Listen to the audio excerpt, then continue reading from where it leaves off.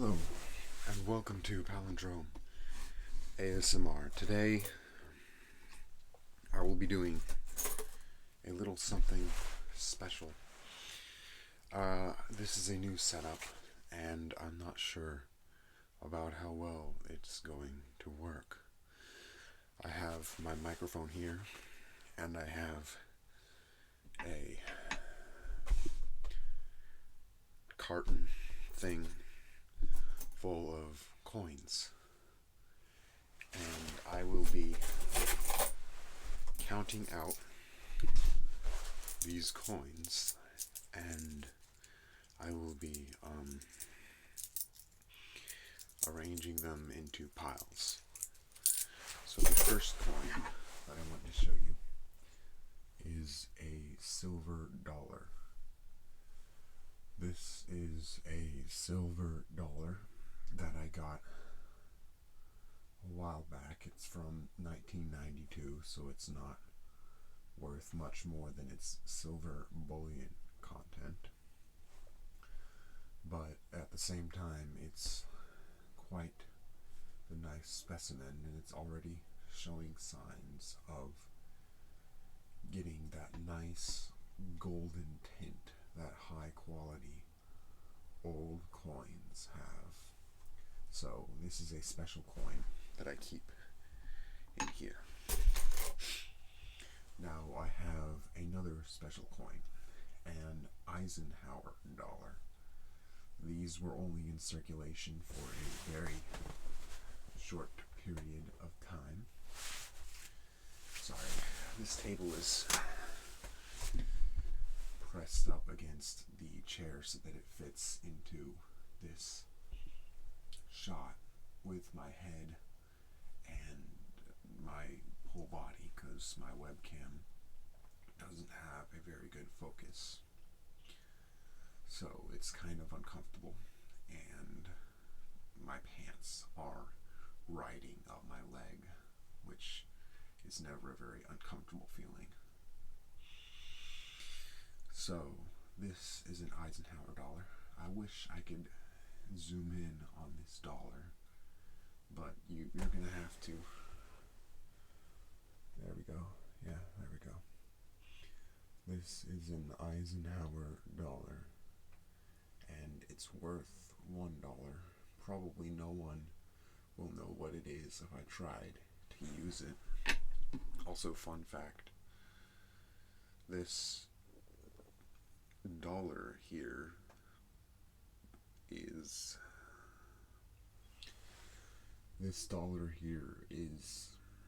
worth $1, so I can use it as legal tender at a store, and they would be forced to accept it because you have to accept legal tender as tender by law.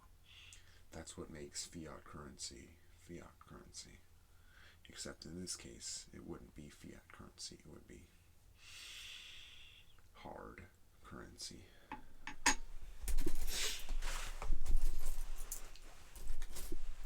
Now, I also have some half dollars. And these half dollars are worth 50 cents. They were discontinued quite a while ago. So I will take these coins out. I also have pesos and euros in this coin bin. I hope the sound of coins won't be too jarring. I'll try to keep this as ASMR-ish as possible. So this is a presidential dollar coin. I have several of them in this box. So this is two $4 or 4 quarters. That is $2. And I have another peso. I have 1 nickel. 2 more quarters. 2 more, another quarter. 2 nickels. And 3 dimes. And 2 pennies. I hope that this sound is not too jarring for you. I have a quarter, and I have a silver $1 coin. These were discontinued, I heard, because they were too often mistaken for quarters. But this is one of those dollar coins that has the straight edges. I wonder if you can see that. This is a dollar coin, not a quarter, I assure you. So, more pennies. Pennies are useless, frankly. I think there is no use for pennies except as exact change. Once you get them, you never spend them. Once you get a penny, you never spend a penny.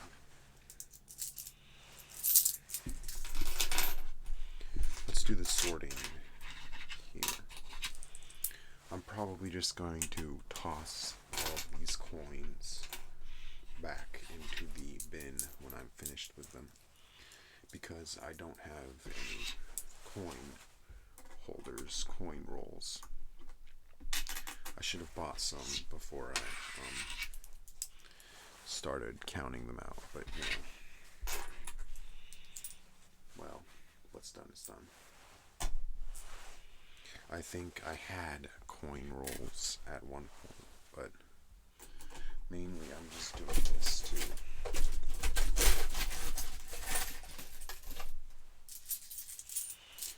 listen to the clinky sound of coins being sorted, which is to me a very relaxing sound. Mainly I'm doing this to sort out the quarters. I'm going to be putting the quarters in a separate, specific location so that I can use them, because I work as a cart pusher at a supermarket, and I recently discovered that there are those gumball machines right in the main doorway, and if I have a quarter, I can just pop in, grab a jawbreaker. They sell jawbreakers there, and runts and gumballs, but I like the jawbreakers. I can just pop in, get a jawbreaker with a quarter, and pop back out. So that's why I am sorting out my quarters. If you are wondering why I am bothering to do this, it's because here's another peso. I have quite a few pesos, and I also have quite a few presidential dollar coins. So I have quite a few pesos.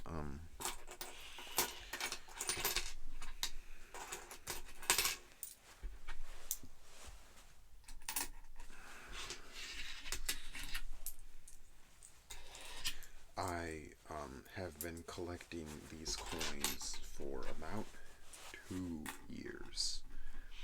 I rarely use cash, and so 2 years of coin collecting is only enough to halfway fill this container that used to be used to store BBs. But that's mainly because I don't use cash. So once every, it's been a pattern in my life. I collect coins for a couple of years, and then one day I find a use for those coins, and I count my coins and spend all of the quarters, usually on a vending machine. This happened at least twice before I broke into my coin collection to buy candy from vending machines. It's always been to buy candy from vending machines. Let's move these penny stacks so I have more room for my quarters. Alright. Dime stack.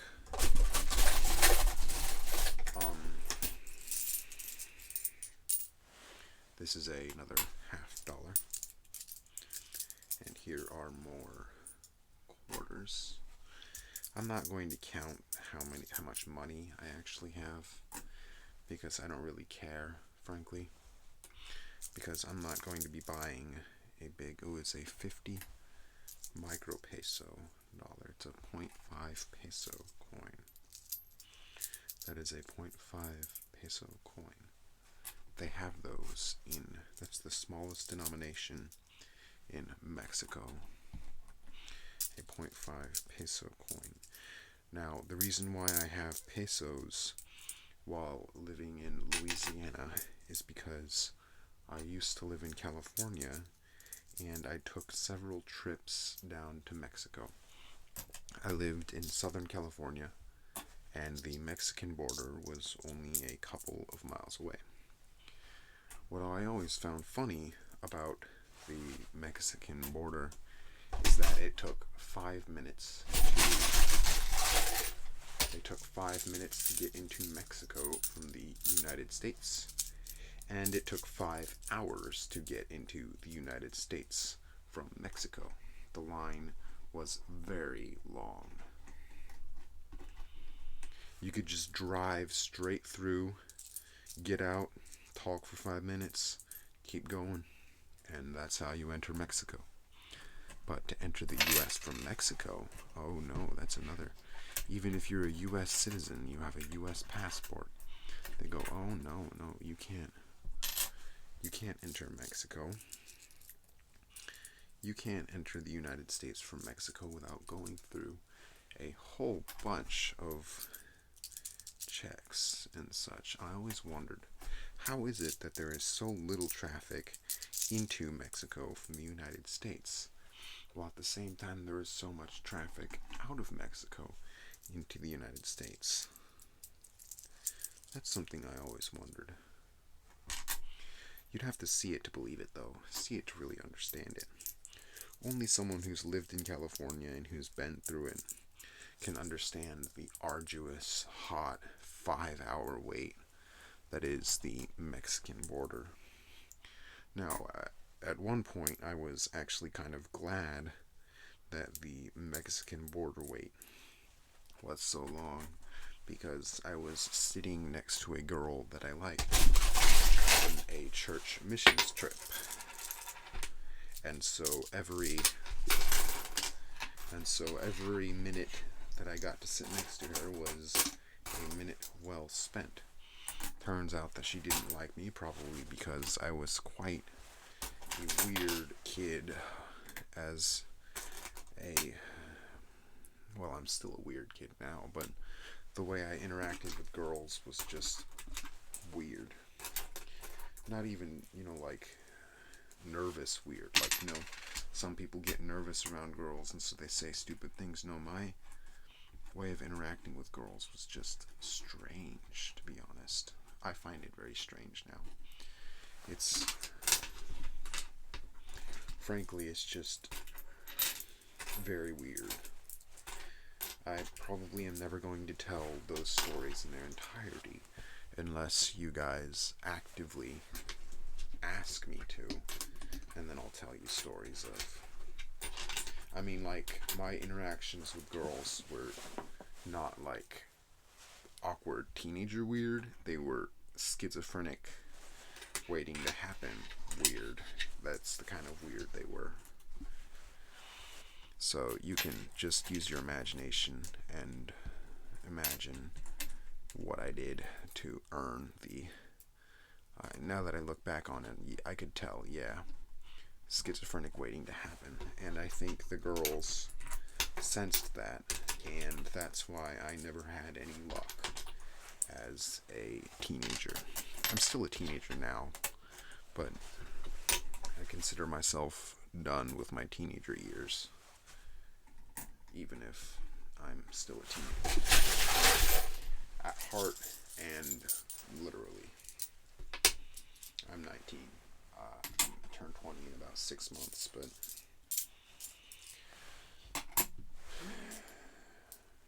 so that's the long story of how I got so many pesos in this can.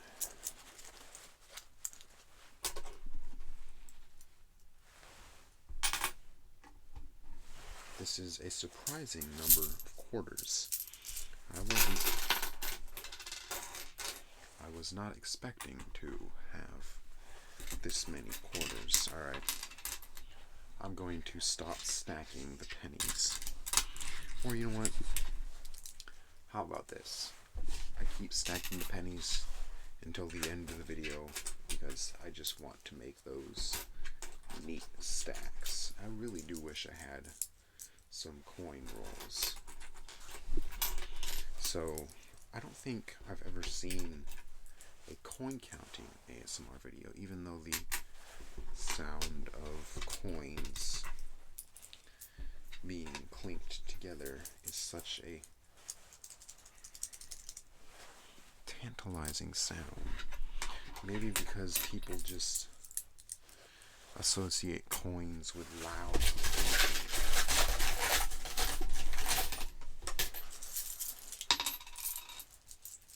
Ooh, here is a neat little thing. Some miniature neodymium magnets.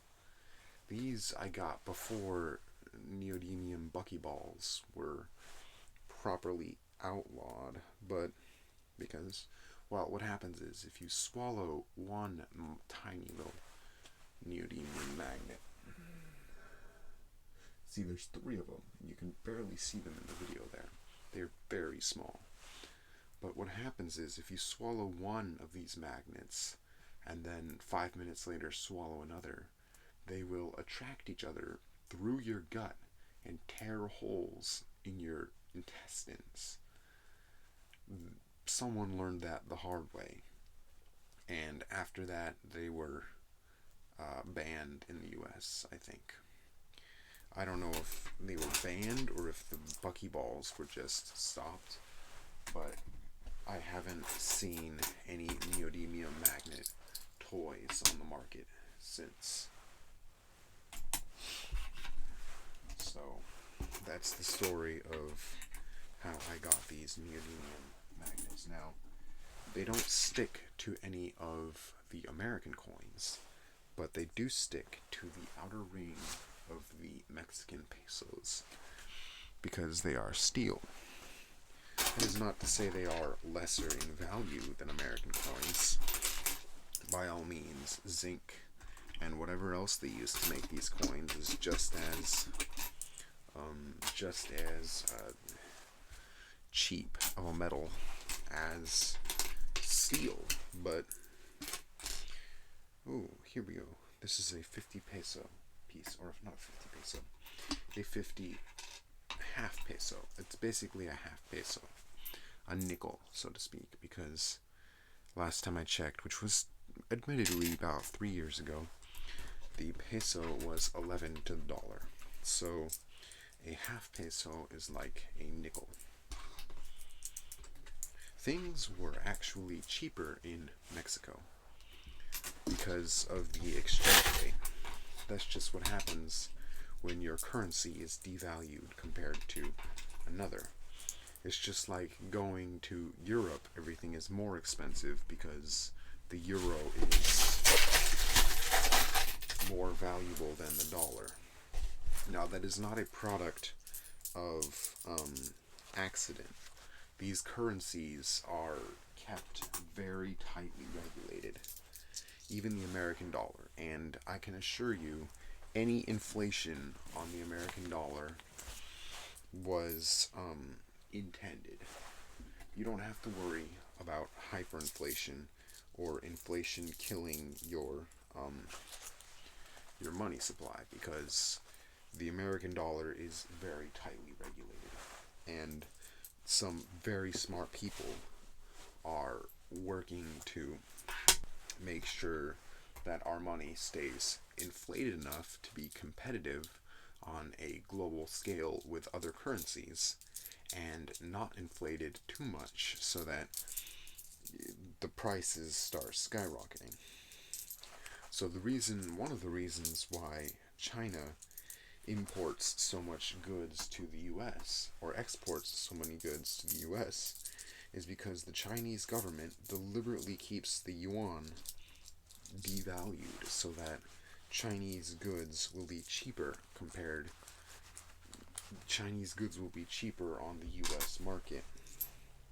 That's why Chinese goods are so cheap, is because it's not because, well, one of the reasons is because China is just, cheap producing, but another one of the reasons is because the yuan is devalued compared to the U.S. dollar. And I used to be afraid that inflation would steal all of my money away, but then I realized that some people who are very, very much smarter and more educated than me are at the helm of our economic system, and any decision they make will be properly thought out. Because inflation can be a good thing. It can be a tool that drives economic growth. Inflation is caused by economic growth, and it drives economic growth to a degree. A certain amount of inflation, not too much inflation, just the right amount of inflation makes it possible for businesses to gain the capital they need. Well, it's a lot more complicated than that, and it involves fractional reserve banking and the Fed making loans and the printing of money, but I don't understand it well enough to be giving you a proper breakdown of what the money supply is like. And when it comes to politics, I think people are just full of themselves, frankly. They think that they, with just a small amount of internet schooling, if any at all, can think better politics than people who have been immersed in it their entire lives, and have been trained in politics, and have been immersed in politics. I'm not talking about politicians per se. I'm talking about the people who are behind the politicians. Whereas politicians vote on bills and make bills into law, the people who actually, the politician is going to push for a certain thing to happen. And I'm not sure exactly of the mechanics of how it works, and I couldn't tell you because I'm not schooled enough in such a thing. But I assure you that some very educated people are behind all of the important things. We've some very educated, and that's kind of elitist though, isn't it, of me? But I'm not claiming that I'm one of the educated people. I'm not. I'm just as uneducated as all of you. But I think people, it's not even education that makes you a good leader of the country. It's experience, it's intuition, it's wit, and the basic idea here is that the country is in very good hands because it's so big. And something like idiocracy would never happen because there are checks and balances in a system. Of course, there's stupidity in every system, and there's mismanagement in every system, and the government is not very well managed. But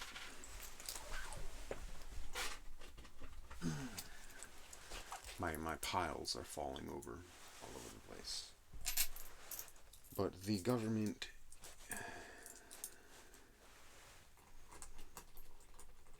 no matter which president is elected, and well, let's put it this way: there is a cabal. I believe that there is a cabal of highly educated, highly skilled, 99.99% old white male men running the country from the shadows. And I think that they are doing a very good job and they should not be replaced. That is my frank and very probably not so commonly held view. That's, I think, the bright side of the capitalist bankers ruling this world is that capitalist bankers got to their position by being good at what they do. And I don't care who it is, as long as I get my bread in circuses, and as long as, the majority of Americans get their bread in circuses, including those who are in poverty, thanks to government welfare, and I say, go for it. You cabal of white capitalist bankers, rule this country. Give me my bread, give me my circuses, and give me my illusion of freedom. Give me my illusion of freedom. The freedom to pick what thing I want from the grocery aisle. The freedom to say whatever I want, as long as it's not too ludicrous. The freedom to browse and watch anime on the internet. Do whatever I want on the internet. That's the kind of freedom we get, and it's not really true freedom.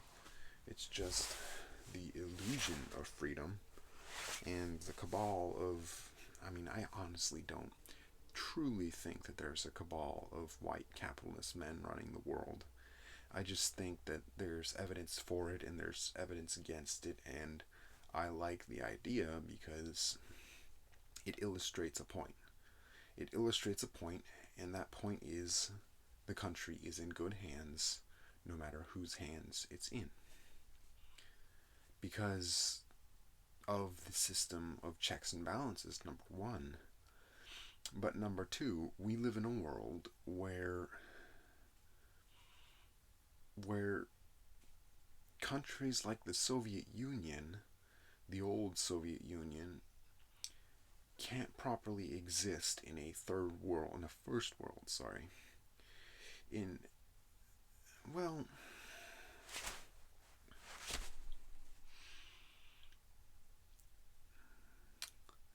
I'm not going to be hopelessly optimistic and say that the world is in good hands everywhere. I realize in Africa and the Middle East and in some parts of the world there are places that restrict freedom and cause problems, but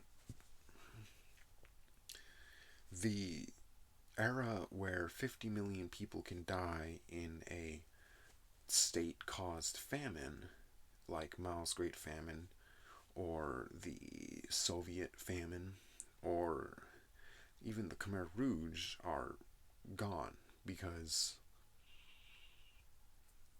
of the advent of the digital millennium. The digital millennium is like the glue. You don't need checks and balances anymore. I know that's a huge statement. I know that when I say you don't need checks and balances anymore, I don't mean that the American checks and balances system is outdated. I mean to say, because of the ubiquity of the internet, and because of the society that has grown around the United States and the free world, essentially, there will be no backsliding, so to speak. There will only be forwards sliding.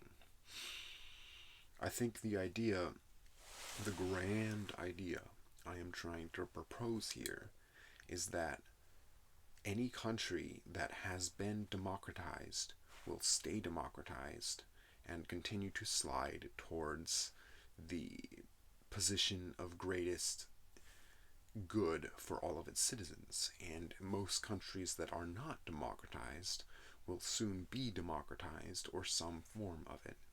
And then once they have been democratized, they'll continue to slide towards the good. And by democratized, I mean in a loose sense. It doesn't have to be an actual democracy. It can be a democracy caused by the internet. I guess what you can take from this rambling about politics that I got onto after sorting my coins is that the world the world is in good hands, and you have no right to complain unless something bad directly affects you. Unless you are directly affected by some of the problems that this world has, you have no right to complain. Unless you're complaining on behalf of someone else, then you can complain. If you're complaining for yourself or on behalf of someone who is wronged, then you have the right to complain. But not really suggest solutions, because solutions take a PhD to come by nowadays. $2, $3. Well, let's say solutions in economics. Economic and political solutions take PhDs to properly, or master's degrees at the very least, to properly enact, because we live in a 7. We live in an age where the world is just very complicated, and there are a lot of moving parts. And I really don't want to sound elitist, so that's $9. I really don't want to sound like I think only educated people have the answers, because no, only educated people do not have all of the answers. It's just people with educations and careers in problem solving in their field are very good at what they do, because today's world is highly specialized. We live in a postmodern society where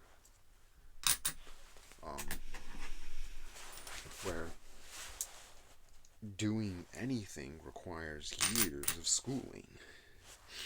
I mean, doing anything that involves large things. I mean, even there are some things that have always required schooling, but there are other things that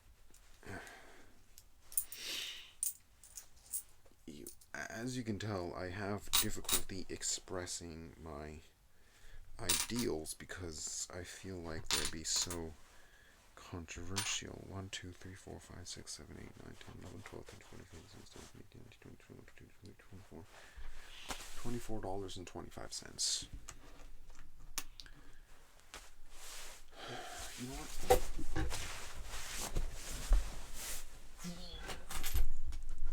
I'm knocking over some pennies there. I should have just put this mouse here to start with, because I'm recording. My webcam is sitting on top of my computer because there is no better place to put it. I hope you enjoyed my coin counting and politics. Coin counting and politics, those are two things that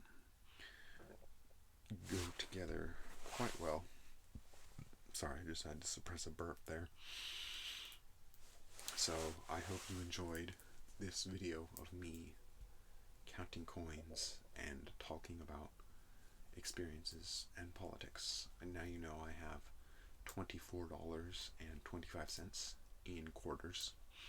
I don't really care about the amount of money I have in other amounts because, frankly, I'm not going to use that money. I'm only going to be using the quarters. So that is almost 100 jawbreakers. Isn't that right? Almost 100 jawbreakers. 97 to be exact. Oops. That is 97 jawbreakers. These quarters will keep me very well satisfied for days to come, for years to come, for however long I work that stupid, horrible job that I absolutely hate, but I only keep because it's what I have, you know. I don't know why I don't get another job. So I hope you enjoyed this. I'm going to be out with another RPG Maker Let's Make a Game. ASMR, quasi ASMR, because I want to increase the frequency of those, because I want to finish my game. It's nowhere near finishing, but you know how things are. I think that is about it. If you have watched this far, I greatly congratulate you for sitting through about half an hour of a guy.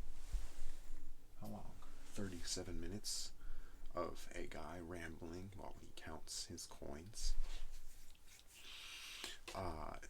You're amazing.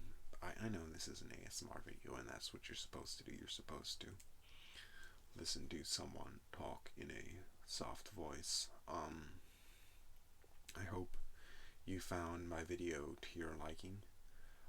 If you like, I can do more videos in this setup where I talk in full view, and I display my entire body and do things here. I think I'm going to be doing a lot more videos in that format, in this format, rather. So, thank you for watching. Do subscribe, and check out my books on Amazon. Zeppy Cheng. Search author Zeppy Cheng. That's Zeppycheng. That is my real name, or rather it is an abbreviation of my real name, which is Zeping, Zeping. That's a Chinese name. So these neodymium magnets say to you goodbye, and I hope you have a very nice day or night or whatever. Goodbye.